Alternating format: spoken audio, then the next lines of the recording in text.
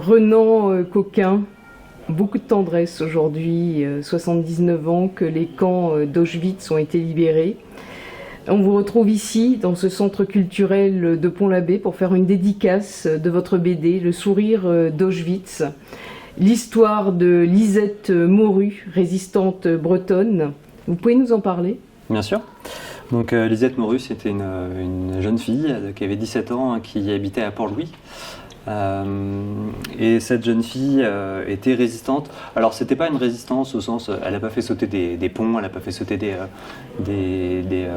trains, mais c'était quelqu'un qui s'est engagé assez jeune, qui était consciente du fait que l'occupation allemande était insupportable, et assez rapidement elle s'est engagée dans des réseaux, elle transmis des messages, et puis voilà. Et surtout elle a avec son compagnon, elle a décidé d'écrire une liste sur laquelle il y avait le nom des femmes qui collaboraient, quoi. Elle a été ce que l'on appelait à l'époque vendue par des femmes, vendue, déportée à Auschwitz. Elle est décédée dans ces camps 2 à 3 mois après son arrivée. C'est ça, ouais. Ça pose question aujourd'hui. Le plus jamais ça. Qu'est-ce que vous en pensez ? Alors justement, je pense que c'est pour ça qu'on a fait la bande dessinée. C'est-à-dire que le travail de mémoire, il est essentiel. Et en fait, il se trouve qu'actuellement, en 2024, les gens qui ont vécu directement les choses, les témoins de l'époque, commencent à disparaître. Et donc cette parole se perd, la parole directe. Et si on n'a pas de témoignage, si on continue pas ce travail de mémoire, on va pas réussir à conserver justement le plus jamais ça, et essayer de faire en sorte que ça n'arrive plus. Et donc c'est pour ça aussi que la bande dessinée est un médium qui est intéressant pour toucher les enfants et les adolescents. Voilà, parce que c'est facile de rentrer, c'est plus aisé aussi de rentrer dans une bande dessinée que dans un essai historique, clairement pour eux. Voilà, donc on travaille vraiment sur ce truc-là. La Seconde Guerre mondiale n'est probablement pas votre sujet de prédilection. Vous êtes dessinateur de BD, c'est quoi votre sujet habituellement ? Alors j'ai pas de sujet à part entière, moi je suis assez ouvert. Pour l'instant je travaille avec des scénaristes, donc je suis à leur service sur des histoires totalement différentes. Donc j'ai pas de sujet principal. Voilà. C'est-à-dire que j'ai déjà participé à des choses, hein. Je fais partie d'un collectif de bande dessinée sur Rennes. On édite une revue tous les ans. Ça fait 6 ans que je fais ça. Mais voilà, c'est du collectif. J'ai participé aussi à une BD qui a été faite sur Rennes, sur la ville de Rennes. Mais donc là, c'est mon premier bébé.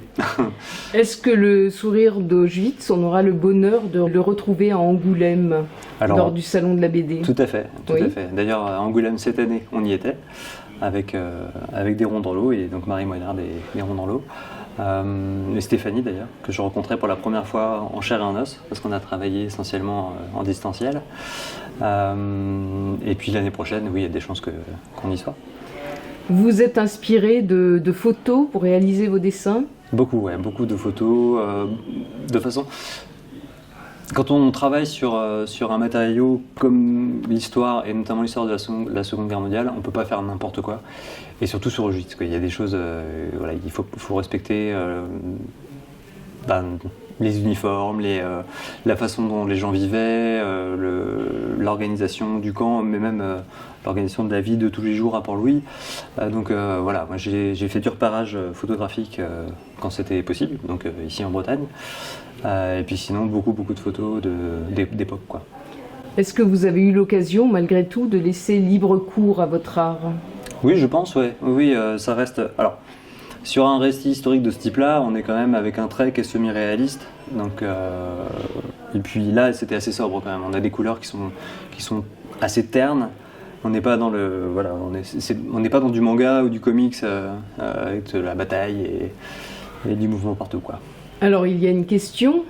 Cette photo a été prise à Auschwitz. Comment s'est-elle retrouvée entre les mains d'historiens ? Il se trouve que les photographies de l'époque ont été récupérées et numérisées et mises à disposition voilà, sur le site de Jules Canard.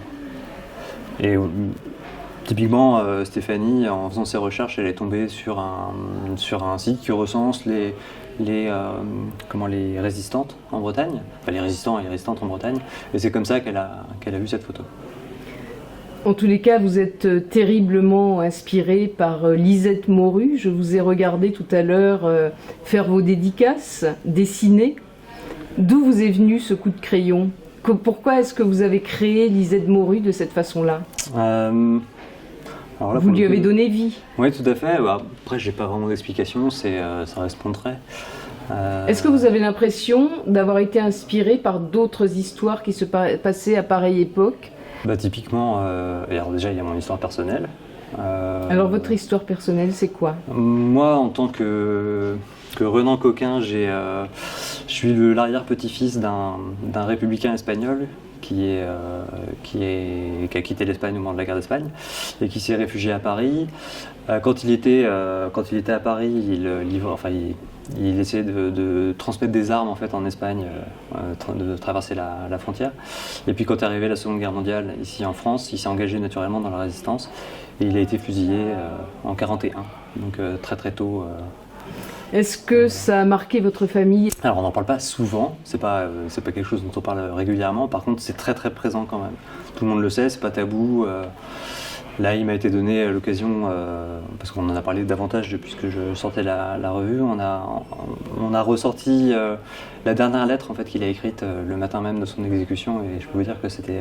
ouais, il s'est passé un truc quoi, il y a quelque chose d'important. Est-ce que vous êtes apaisé aujourd'hui par rapport à cette histoire familiale? J'ai jamais été... Ça reste mon arrière-grand-père, il s'est passé du temps. Avec ma grand-mère, on n'en parlait jamais. C'était pas quelque chose qui était essentiel. Elle avait un discours d'ailleurs qui était assez particulier sur la guerre, donc on n'en parlait pas vraiment. J'ai jamais été en colère, enfin pas vis-à-vis de ma famille si vous voulez. Après, est-ce que je suis apaisé par rapport à la période? Non, clairement pas. Pour des raisons simples, hein, c'est que moi j'ai vraiment l'impression qu'on est en train de retraverser des choses qui s'étaient passées exactement pareil dans les années 30 quoi. Et on a toute la situation des années 30 qui est en train de se reproduire, crise économique, avec un vote qui se dirige de plus en plus vers les extrêmes, avec un rejet de la faute sur les étrangers, sur les pas comme nous. Et effectivement, oui, moi j'ai peur que ça revienne, quoi, vraiment. Est-ce que vous avez l'impression que Lisette Moru, on peut la retrouver aujourd'hui en Ukraine, on peut la retrouver aujourd'hui en Iran, on peut la retrouver aujourd'hui au Pakistan? Oui, de manière assez certaine. Je pense que les jeunes, d'où qu'ils soient, et peu importe leur culture, peu importe la façon dont ils ont été élevés ou ce en quoi ils croient par exemple, je pense que ce qui est essentiel de comprendre, c'est que l'humain est quand même un individu et que la liberté, c'est quelque chose d'important et qu'il y a forcément des choses qui vont révolter les gens et les gens vont continuer à se révolter quand il le faut, quoi. En tous les cas, on va lire cette BD avec beaucoup de passion, beaucoup d'amour et on vous remercie en tous les cas pour le magnifique travail que vous avez réalisé. Je vous en prie. Merci et on va continuer à vous suivre. Merci beaucoup. À bientôt. À bientôt.